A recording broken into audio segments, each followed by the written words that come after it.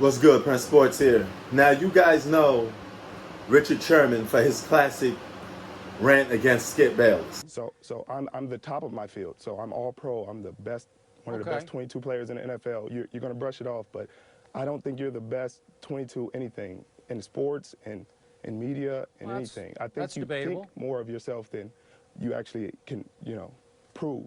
But Okay. Do you I'll think put it you're like better this. than I'll put it Darrelle like Revis this. is right now? In my 24 years of life, I'm better at life than you. Okay. So let's All right, that's let's fair. get, let's All get right. let's All get right, down to well, that. Okay? And now he's in hot water over something completely different. Something that kind of shakes the NFL a little bit too much. The NFL has this problem with so-called domestic violence with its players. Players threatening to kill themselves. Players suffering from depression. This is very common in the NFL. And this is something that the NFL has swept under the rug a lot. And they try to clear it up with the media and politics. But this is an ongoing issue that these guys are facing. I don't know if it's drug use from using steroids. I don't know if it's alcohol abuse. But a lot of these NFL players have mental breakdowns and they're suffering from something. And to me, it got to be the PEDs. It got to be that they're taking some form of drug, some form of substance that's making them go off the deep rails. Now, Richard Sherman got arrested for domestic violence charges because he was trying to kick in the door of his wife's in-law's house. Okay? Threatening to commit violence not only to himself, but to the people around him. So he was a walking threat. And he got arrested for that. And the NFL is going to have to deal with this. This may cost him his NFL career, may cost him an NFL job.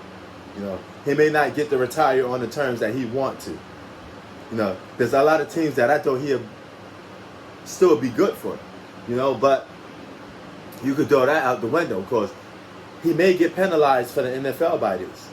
Because they're going to sweep this under the rug.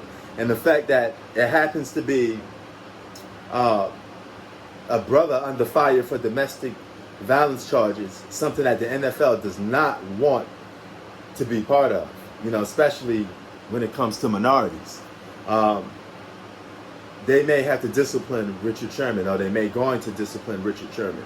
Now, like I said, there's been a lot of guys under the charge of domestic violence in the NFL, or just being out of this world violent towards themselves or towards other people, white or black. Okay, it's not a race thing, but unfortunately we live in a world where that gets brought up way too much. And I remember a lot of these other guys, Ben Roethlisberger, I remember him being involved in some off the field issues, when it pertains to violence. And all of these other guys, being involved in stuff that's pertaining to violence. But I notice a pattern whenever it's a person that's non-white, they seem to get a blunt of heavy criticism by the media to the fact that it's like it's going to end their career. But whenever it seems to be a person that's non-black and charged with the same charges or similar to the same charges, they seem to get passes, by the media. I mean, passes by the media, not passes by the fans.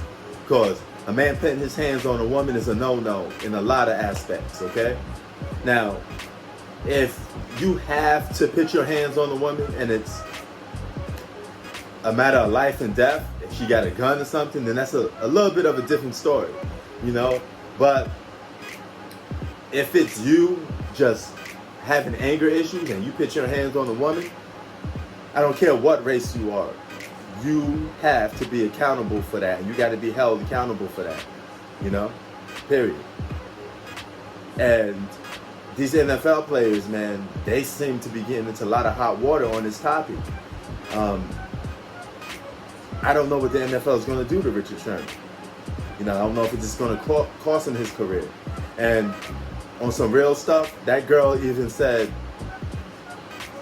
he's not posing any violence towards me or this and that. Nobody was hurt. But guess what? Somebody could have been hurt. Stop. What's the address? Are there any weapons? Stop. No, there's no gun. I'm saying there are no weapons, ma'am.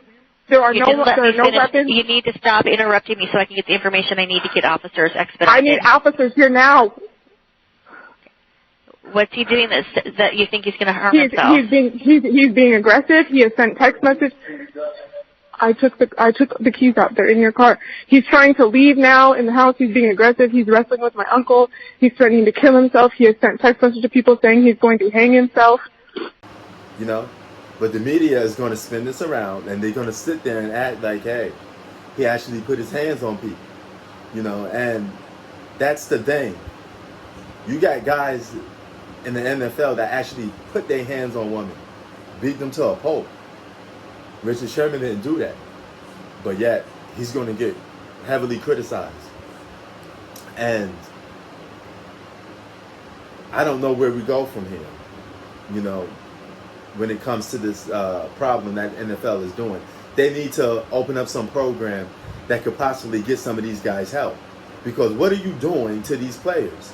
Or what are you allowing these players to do to the fact that they're damaged goods? It's like a guy going off to war and he come back to the United States and his mind is all effed up. What are you doing to these NFL players? What are you allowing them to do? Are you allowing them to secretly take these PEDs? Or are you allowing them to secretly drink or do all of this crazy stuff? Something is not right with some of these NFL players. You know, they're like damaged goods. Because they didn't came to the NFL being damaged goods. It's the after effects of them being in the league for years that led to them having damaged goods. Think about it. Prince Sports out. What you think about this Richard Sherman issue? Peace.